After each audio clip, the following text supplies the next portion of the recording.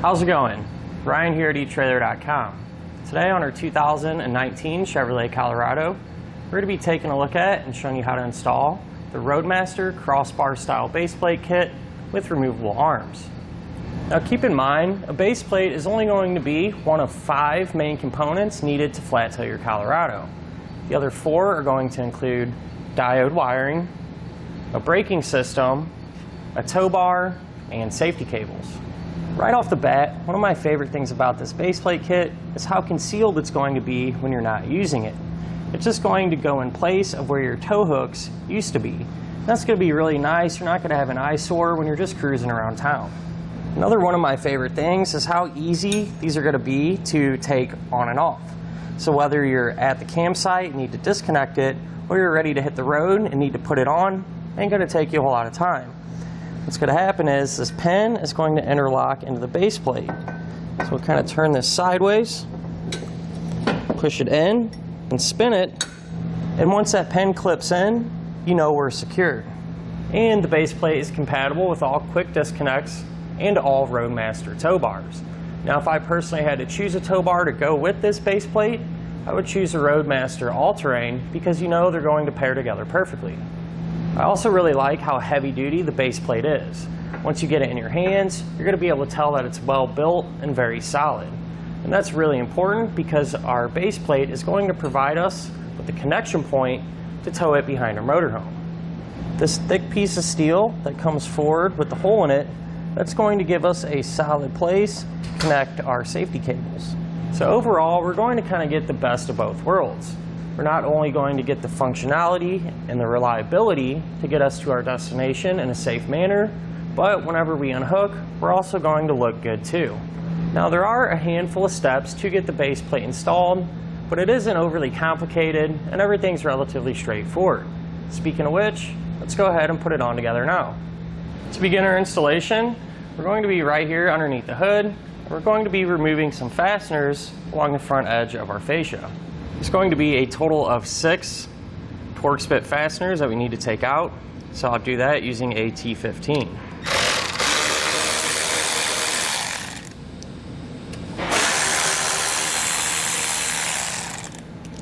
Now right underneath our grill and our air dam area here, we're going to have a 10mm bolt just like this through this little opening on each side. We're going to need to take both of those out.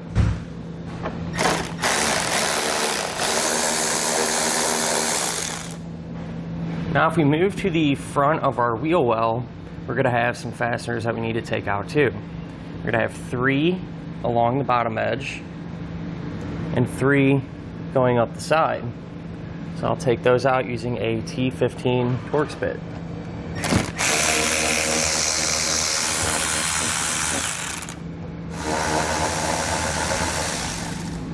So if you kind of push the wheel well liner back out of the way, it's going to expose 3 bolts that we need to take out. That's connecting our fascia to the quarter panel.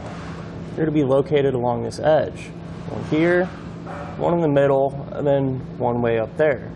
So I'm going to use a 7mm socket to get those removed.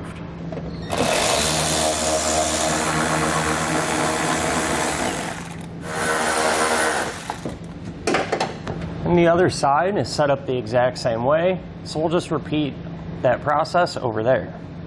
Now if we follow our wheel well edge to the inside, here underneath the truck, we're going to have another 7mm bolt that we'll take out.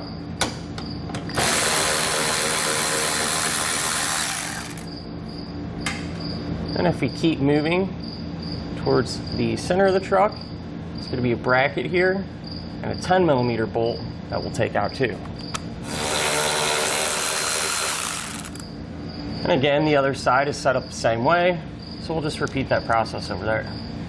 Now here in the center of the vehicle, we need to remove our rock guard. That's going to be held in place by 4 15mm bolts. I have one on each corner.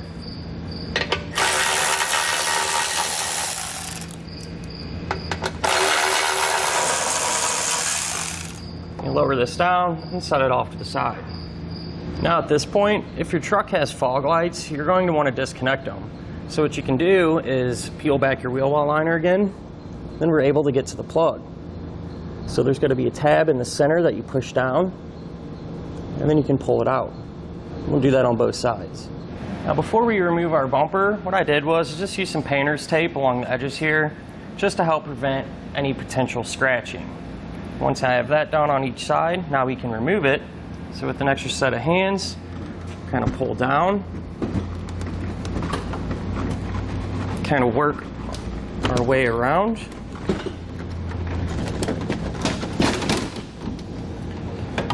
We'll kind of pop off. There is a couple clips in there. And then we can go ahead and set it off to the side somewhere safe. With the bumper out of the way, now we can remove our plastic air dam here. We'll start by taking out 3 push pin fasteners. Now the way these work, so there's going to be a slight notch there. You can use a flathead screwdriver or a trim panel tool.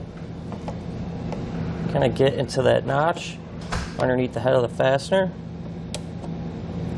Pry up on it, and you're able to kind of completely pull that fastener out. So I'm going to use that same technique to get these other 2 removed. Now on each side of our air dam, right here in this area, there's going to be another clip that we need to release. It's going to be a little tricky to see, but once we pop it out, I'll show you how it works. The way to get it out though is use a flathead. You're going to pry underneath the center tab. I'm going to pry that tab towards the center of the vehicle. Simultaneously kind of pull out. So that's the tab that's keeping it in place. So whenever we put our screwdriver in, you want to get behind the tab and pry it towards the center. And that's how we'll be able to release our air dam. Once we have each side done, we'll go ahead and take this and set it off to the side. Now we need to take off our bumper beam, and we'll do that by removing 2 15mm bolts on each side.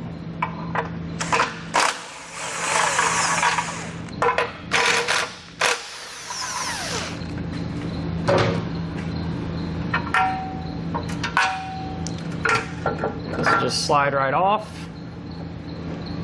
We can just set it off to the side. Now we'll go ahead and remove each one of our tow hooks. So we'll just pull this foam off and out of the way. We're going to have 2 bolts to take out. I'm going to use an 18mm socket and 18mm wrench to get those removed.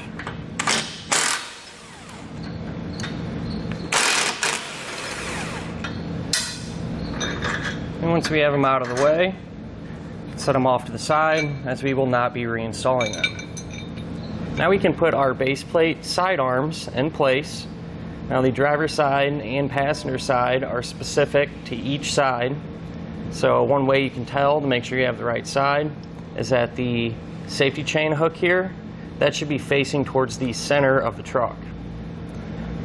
So go ahead and put this into place. And taking 2 bolts from the outside in, we're going to slide them through. Now once we have our bolts through, on the other side, we're going to put on flat washers, followed by split lock washers. And before we put the nuts on, we're going to use some red Loctite. I do want to point out, from here on out, any of our bolts that is going to secure our base plate, we're going to be putting this red Loctite on those threads.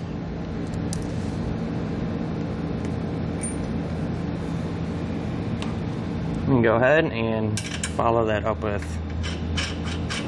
a nut. We'll just keep them hand tight for now.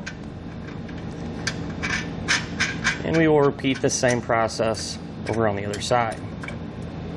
So now with both of our base plate sides loosely installed, we can take our bumper beam and get that back in place. Now the way this is going to work is the bumper beam is going to sandwich our base plate in between it and the frame. We're going to use our factory hardware that we removed and put that back in. Kind of just slide it over, set it there for now. We can grab our factory hardware, and don't forget to put your red Loctite on. Line that up with everything. You can go ahead and get all those bolts in tight for now.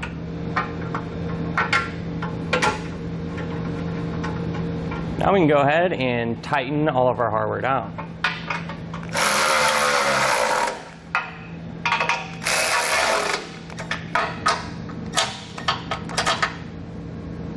With all of our hardware snug, we can now use a torque wrench to tighten it down to the specification found in the instructions.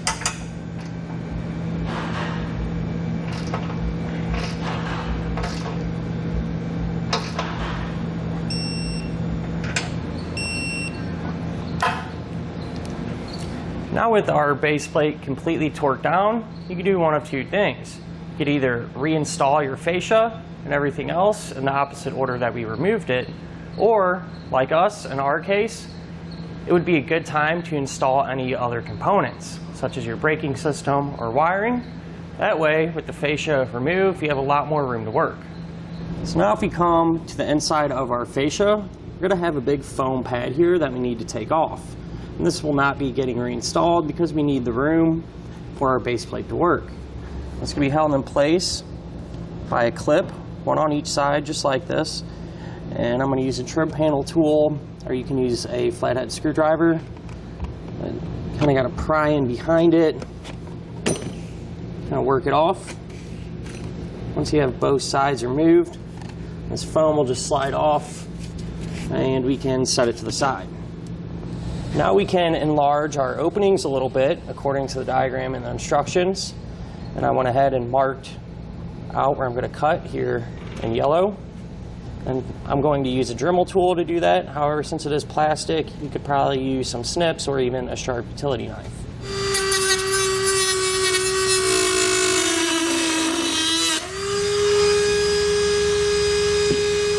Now with an extra set of hands, we can go ahead and put our fascia back in place.